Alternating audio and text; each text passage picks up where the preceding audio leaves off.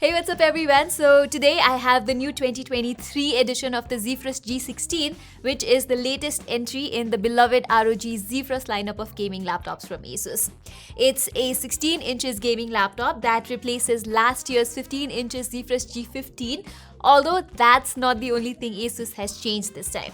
While the company always went with an AMD processor for this lineup, the Zephyrus G16 gets an Intel CPU instead. Anyway, you can configure this laptop with up to Core i7-13900H CPU, while my unit has Core i7.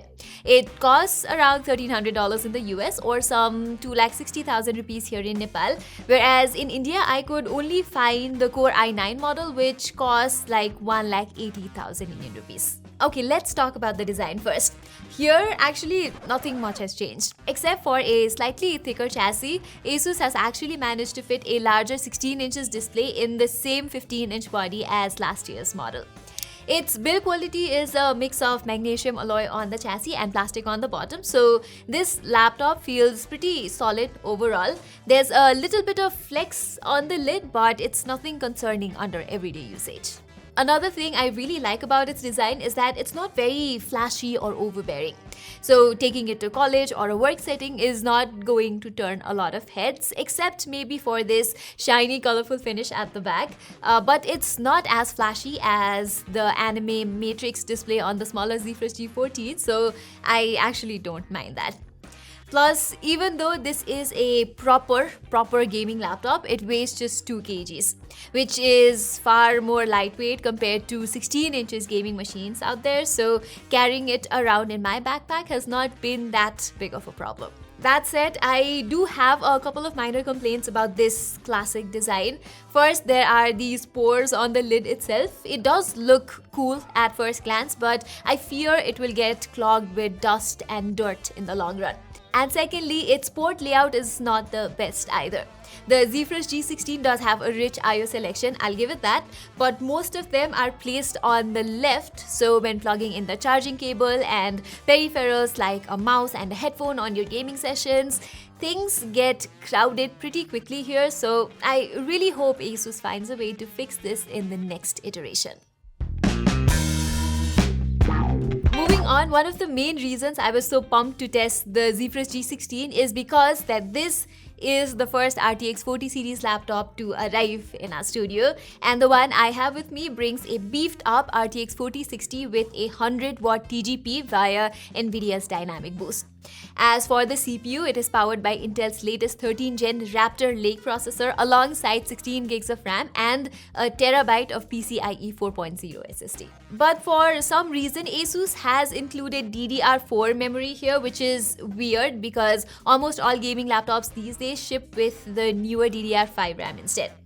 On top of this, one of the 2 SODIMM slots is also soldered onto the motherboard, so even though the Zephyrus G16 can take up to 48 gigs of RAM in total, to maintain dual channel mode, you'll be limited to 32 GB memory only. Anyway, with its newer generation CPU and GPU, the Asus Zephyrus G16 effortlessly handles everything you throw at it. That's pretty obvious. Be it CPU or GPU centric workloads, it has managed to keep up with my daily routine perfectly fine. But there is one big problem with the RTX 40 series mobile GPUs, at least the lower tier ones like the RTX 4050, 4060 and 4070. So typically we can tell how powerful a GPU is based on its TGP, aka total graphics power, right? And the higher the TGP, the more powerful it is. However, those 3 RTX 40 series GPUs behave very differently from what we've usually seen. For some reason, it seems that NVIDIA has set voltage limitations on the RTX 4050, 4060 and 4070 mobile GPUs, and according to most tests I've seen online, the performance of these GPUs begin flatlining at around 100 watts, meaning you won't necessarily get better performance, especially gaming performance, just because it's a high TGP GPU.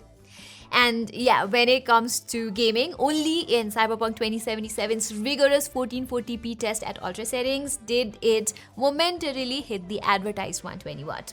Otherwise, I found that this 120 watt RTX 4060 mostly settled around 100 to 105 watt only. Even so, the Zephyrus G16 is barely able to handle Cyberpunk 2077 in those settings. Dialing it down to 1080p does improve the gameplay a bit, but I was still only getting average results. The game changer for me, however, was its DLSS 3.0 support.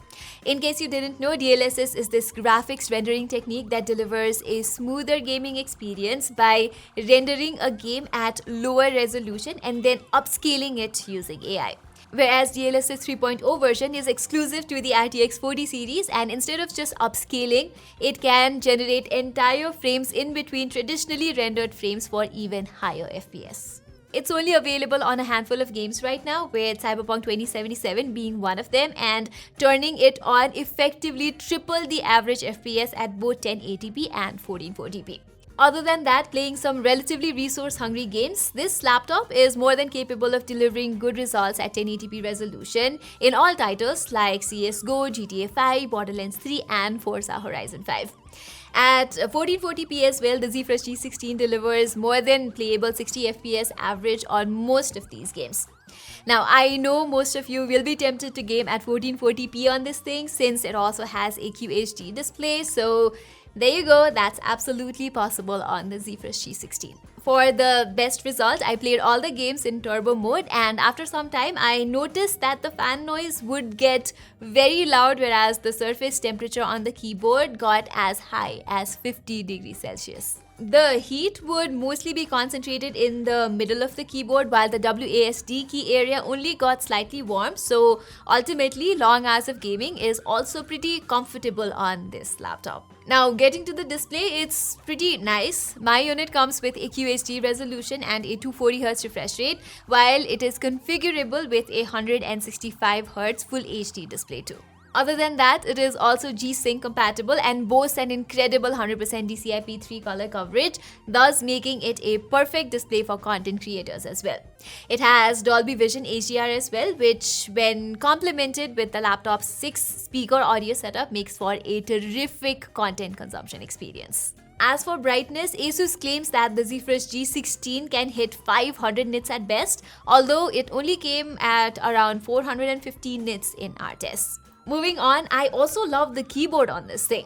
The keys are spaciously laid out and they have a nice travel distance, which makes typing on it a joy. It is RGB backlit as well, but only with single zone backlighting instead of per key RGB, and of course you can customize it all via the Armory crate. And this is also where you can access different performance profiles for the laptop. The Zephyrus G16's trackpad is surprisingly great too. It's big and it's responsive to all sorts of gestures, so unless I was gaming, I never felt the need to plug in a mouse. For video calls and online streaming, there is a 720p camera on top here, but as with most gaming laptops, its quality is just meh. That said, it does have an IR sensor for Windows Hello Biometrics, which works perfectly fine. Finally, talking about the battery, you get a big 90 watt-hour cell in here, and it lasted me around 5 hours on average in my casual everyday work like writing blogs and using Photoshop at times. So overall, I must say that's not too bad for a gaming laptop. So summing it all up, the new Asus ROG Zephyrus G16 2023 is a pretty decent 16 inches gaming laptop, especially for those who want something that's easy on the backpack. And compared to its competition like the Lenovo Legion Slim 7i and the Predator Triton 16, the Zephyrus G16 is actually pretty competitively priced too. But if you're looking for the absolute best value for money, then you should definitely be checking out deals on last year's Zephyrus G15 or M16 instead. At the time of making this video, both of them are available at a much cheaper price, whereas you can even find a more powerful 3070 Ti powered Zephyrus G15 in this range. So everybody, that was all for this review. I hope you liked it, and if you did, don't forget to give it a thumbs up, and while you're there, don't forget to subscribe to our channel and hit the notifications bell as well. Till then, I'm Pratima, and I will see you in my next video.